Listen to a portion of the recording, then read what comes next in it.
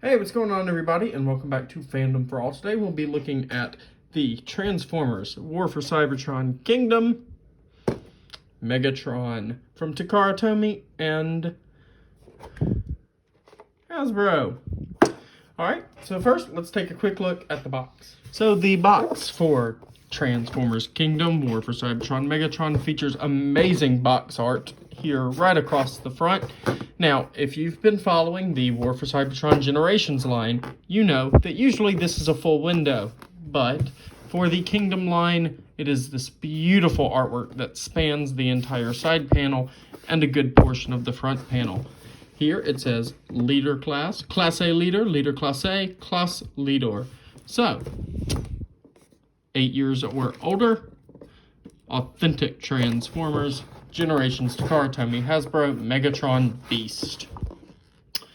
Here you get this lovely art of the Ark crashed upon a mountaintop, along with Dinobot, Black Arachnia, Rhinox, Optimus Primal, Cheetor, Rat Trap, Bumblebee, Optimus Prime, RC, Airazor, Megatron, and Megatron. Also, Unicron, the crowdfunded Unicron, that just released.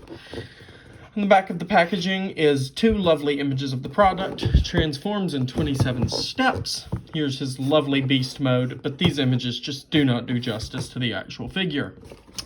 Here you have your authentic animal logo, which of course means there are more in this line. And then there's that panel we saw before, and there's the top with the Predacons logo. Alright, so there's the packaging, and let's get on to the real figure and the real deal. So, as we've seen throughout the entirety of the Transformers Kingdom line, Megatron looks fantastic. Now, if you have seen any of the figures in this line, be it Cheetor, Primal, Black Arachnia, so on and so forth, the list goes on and on, you know that the sculpt work in Kingdom alone is better than the sculpt work in both Earthrise and Siege.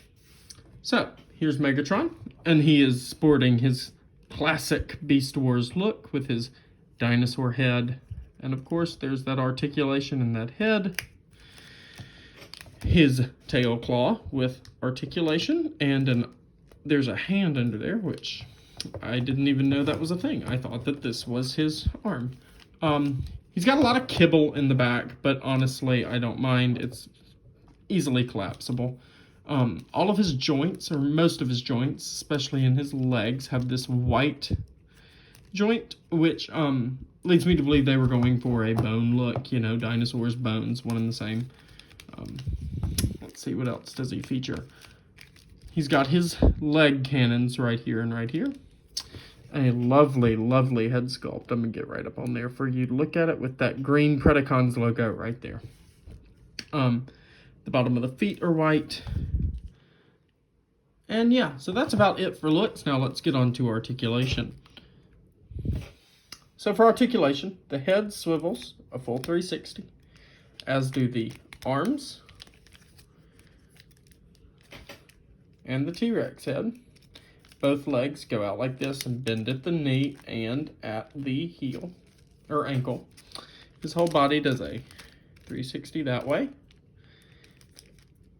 This is articulated, of course. This is also articulated side to side. And so is the mouth, open and close. Alright, let's get on to transformation. Alright, to transform Transformers Kingdom Megatron, 27 steps to full beast mode. So, we're going to start by taking his head and turning it in, just like that. And taking his arms and turning these flaps down on the side. Do that on both sides. And then you take his tail piece and you flip that up. You take the claw and you flip that under. And then you flip that down. So next, you're going to want to go right here at the waist. And it's very tight joint, but you can lift them out just like that. You go along to the back. You're going to flip that head right back inside there, and then this whole body piece turns this way. Okay? All right, and now you're gonna wanna go right here and turn the head this way and down, and the tail stays in this position. So you're gonna take this little tab right in here, or this tab here that goes into this slot, and you're gonna push with all your might. It's a little stiff, but it clicks soundly. And then you're gonna go right back here in the legs and pull that apart and push that in and to the side and in and to the side. Good, good. So now you see where his legs are starting to form. So you're gonna take his thigh guns and turn them down. They have a tab on the inside right there that tabs into that hole right there. You're gonna do the same thing on the other side. And now, maintaining this separation, you're gonna pull this back plate right here back, and this tab here goes into this slot, this tab goes into this slot. You're gonna pull it and get it nice and snug in those slots. You're gonna make sure the legs are still down. Turn that tail right side up. Bring his back kibble down to form his meaty hips and thighs.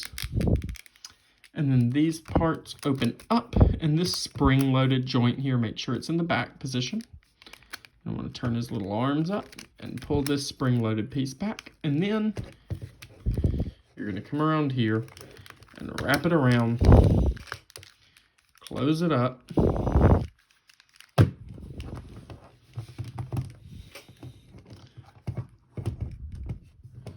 and there you have Megatron in his beautiful, beautiful beast mode. So yes, as for movement in the beast mode, the head turns side to side. It does lift these pieces up, but the mouth is still articulated. I can just hear David Kaye's voice coming out of this Megatron.